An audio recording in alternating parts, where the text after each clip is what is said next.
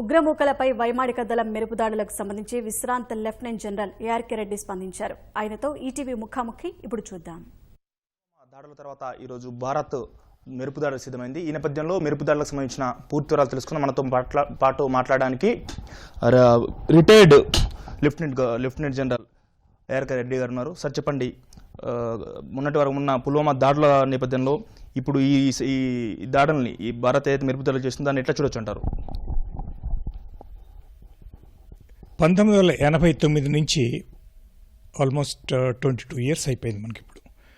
ఇప్పుడు దాకా పాకిస్తాన్ నుంచి వచ్చే ఉగ్రవాదులు, టెర్రరిస్ట్, ఇన్సర్జెంట్స్ ఏమైనా వాళ్ళ పేర్లు చెప్పండి, కాశ్మీర్ వ్యాలీలో మనకి ప్రోగ్రెస్ లేకుండా ఆర్థికంగా కానీ, నైతికంగా కానీ, ఎడ్యుకేషన్ పరంగా కానీ, టూరిజం పరంగా కానీ చాలా దెబ్బ కొట్టారు. దాని తర్వాతనే కార్గిల్ ఆపరేషన్స్ కూడా జరిగింది. అయినా వాళ్ళు ఏం లెసన్ నేర్చుకోలేదు. మొన్న ఉరిలో జరిగింది, దాని తర్వాత సర్జికల్ స్ట్రైక్ జరిగింది, అయినా వాళ్ళు ఏం నేర్చుకోలేదు.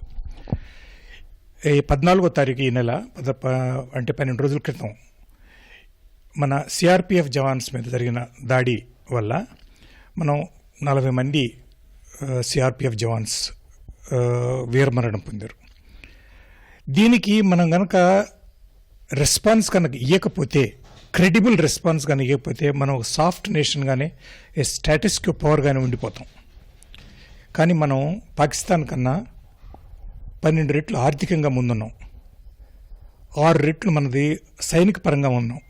నైతికంగా మనం వాళ్ళ మీద అటాక్ చేసింది లేదు. వాళ్లే మన మీద 1947 నుంచి వాళ్లే చేస్తూ ఉన్నారు. డివైడ్ అప్పటి నుంచి కూడా 48లో యుద్ధం జరిగింది, మళ్ళీ 65లో జరిగింది, 71లో జరిగింది, మన కార్గిల్ జరిగింది. కానీ ఎప్పుడు మనం ఇంటర్నేషనల్ బార్డర్ అని కానీ, లైన్ ఆఫ్ కంట్రోల్ కానీ రెస్పెక్ట్ ఇస్తున్నాం. 1971 తర్వాత మొట్టమొదటిసారి భారత వాయుసేన, Indian air force border cross చేసింది. ఇది బార్డర్ అంటానికి కూడా లేదు, ఎందుకంటే ఇది లైన్ ఆఫ్ కంట్రోల్ మాత్రమే. లైన్ ఆఫ్ కంట్రోల్ అంటే ఆ తట్టు ఉంటే దాని పేరే పాకిస్తాన్ ఆక్యుపైడ్ కాశ్మీర్. ఎవరిదంటే కాశ్మీరు? అది ఇండియన్ గవర్నమెంట్, ఇండియన్ కాశ్మీర్. అది 1947 25th of 1947 అక్టోబర్ 1947లో Maharaja Hari Singh instrument of accession జరిగేసి complete Kashmir, like Nizam, Hyderabad Nizams gave to joined Indian Union. In the similar manner, he also joined Indian Union.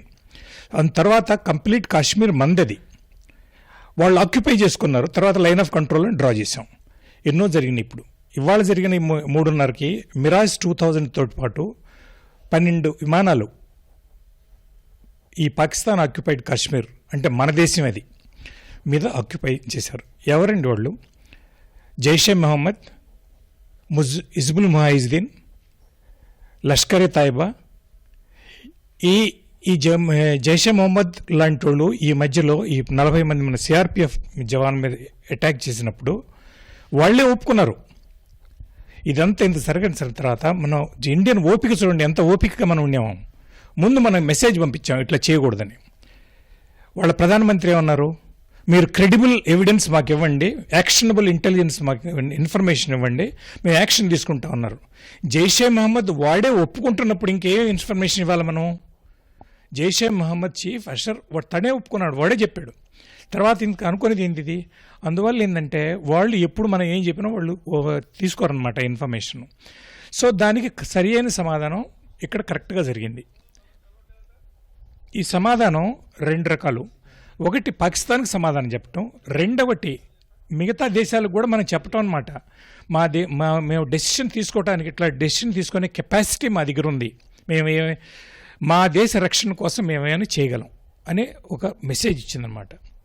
ఇకపోతే పాకిస్తాన్లో ఉండే ఈ టెర్రర్ క్యాంప్స్ ఇవన్నీ మనకు ముందు తెలిసినాయి. ఎక్కడెక్కడికి ఏ క్యాంప్స్ ఉన్నాయి, ఎక్కడి నుంచి ఎక్కడికి మారుతూ ఉంటారు, ఎక్కడెక్కడ ట్రైనింగ్ అవుతాయి, ఎక్కడ రిక్రూట్మెంట్ జరుగుతాయి, ఇవన్నీ కంటిన్యూస్ ఇన్ఫర్మేషన్ మన దగ్గర ఉంటుంది. ఈ కంటిన్యూస్ ఇన్ఫర్మేషన్ కోసం మనం ఆల్రెడీ ఎక్కడ టార్గెట్ అనేది మిలిటరీ ఎప్పుడైనా ప్రిపరేషన్లో ఉంటుంది. ఫార్చునేట్లీ మన మిలిటరీ ఇండిపెండెంట్గా ఉంటుంది. రాజకీయం కానీ, పొలిటికల్ ప్రమేయం కానీ, బ్యూరోక్రసీ ప్రమేయం కానీ ఏమి లేకుండా వాళ్ళ ప్రపంచం, వాళ్ళు, దేశం, దేశ రక్షణ అట్లాంటి విషయాల్లోనే మాట్లాడుకుంటారు. కానీ ఇంకో విషయంలో ప్రవేశం ఉండదు వాళ్ళకి. అందుకని ఈ ఆప్షన్స్ ఒక చోట స్ట్రైక్ జరిగింది, అది ఒక్కటే స్ట్రైక్ కాదు, ఎక్కడెక్కడ చేయాలనేది కంటిన్యూస్గా వాళ్ళు ఆలోచిస్తారనమాట. ఆలోచించినప్పుడు ఆ కంటిన్యూస్గా చేసినప్పుడు ఈ టార్గెట్స్ ఆ టైంలో సెలెక్ట్ చేసుకున్నారు. ఈ సీక్రసీ మెయింటైన్ చేశారు. ఈ రహస్యం మెయింటైన్ చేయకపోతే వాళ్ళు డిఫెన్స్ సిస్టమ్ ఉంటుంది. దీంతో పాటు మీకు ఇంకో విషయం చెప్తాను.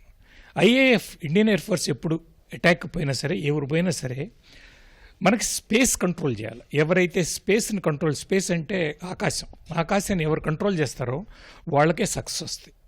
మనకి ఎంతో స్పేస్ కంట్రోల్ చేసే సెటిలైట్స్ చాలా ఉన్నాయి.